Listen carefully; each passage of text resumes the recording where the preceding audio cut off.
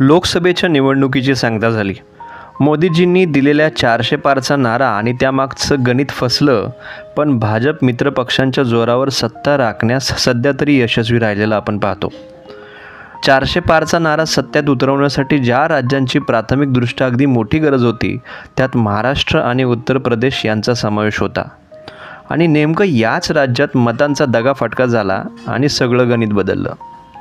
त्यातल्या त्यात महाराष्ट्रात म्हणायचं झालं तर 400 पारसाठी भाजपने महाराष्ट्रात लावलेली फिल्डिंग ऐन वेळेला ढेपाळली आणि शेवटच्या चेंडूवर 4 रन हव्या असताना, कुणाच्याही ध्यानीमनी नसताना अगदी सराईत गोलंदाजाच्या शेवटच्या चेंडूवर षटकार बसावा तसा बसला आणि हातातला सामना भाजपने गमावला।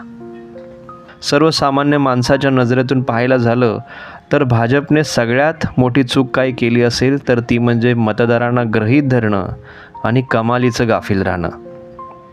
नमस्कार मंडळी, मी विकास आणि आपण पाहत आहात राजकीय विशेष भाग, अजितदादा चक्रव्यूहात अडकलेत का। हल्लीच संघाचे मुखपत्र समजल्या जाणाऱ्या द ऑर्गनायझरमध्ये अजित पवार यांच्यासोबत केलेल्या युतीमुळे भाजपला फटका बसला असं म्हटलं गेलं।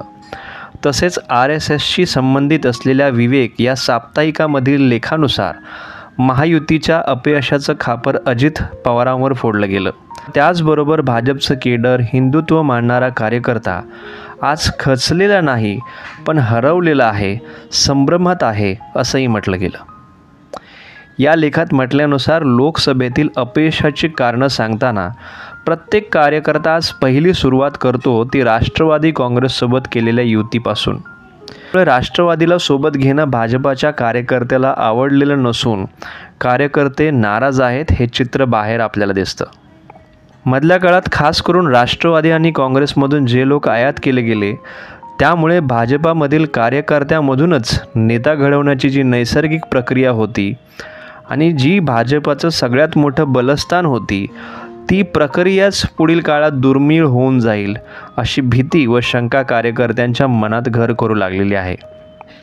लोकसभेला झालेल्या हानीमधून अजितदादांचा पक्ष सावरतो ना सावरतो, तोच पिंपरी चिंचवडमधून बरेच पदाधिकारी पुन्हा शरद पवार यांच्या पक्षात सामील झाल्यामुळे दादांची थोडी डोकेदुखी वाढलेली आपण पाहिली।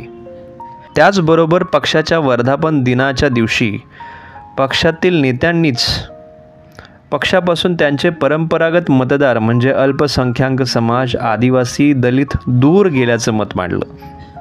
त्यामुळे भाजपसोबत गेल्यानंतर राष्ट्रवादीला पुन्हा एकदा आपला परंपरागत मतदार आपल्याकडे वळवण्यासाठी संघर्ष करावा लागल्याचं चित्र दिसून येत आहे। याशिवाय RSSच्या संलग्न साप्ताहिकातून थेट टीका केल्या गेल्यामुळं आगामी काळात भाजपसोबत राहण्याचं तसंच जागा वाटपातही भाजपासोबत जुळवून घेण्याचं आव्हान अजित पवार यांच्यासमोर आहे।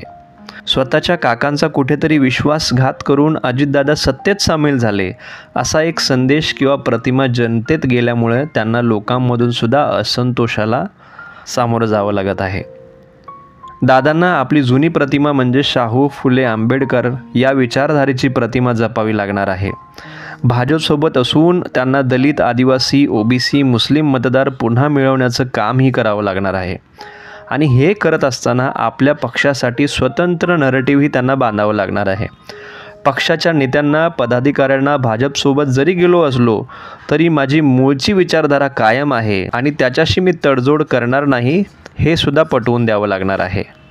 शेवटी काय अजित पवार यांच्यासाठी भाजप RSSकडून एका बाजूला गळचेपी तर दुसरीकडे शरद पवार यांच्याकडे होणारं इन्कमिंग सुरू झाल्याने विधानसभेपर्यंत आमदार सोडून गेल्यास आपण नेमकं काय करणार आणि त्या परिस्थितीत आपल्याला भाजपाशी कशा वाटाघाटी कराव्या लागणार हा मोठा प्रश्न अजितदादांना नंतर सतावेल।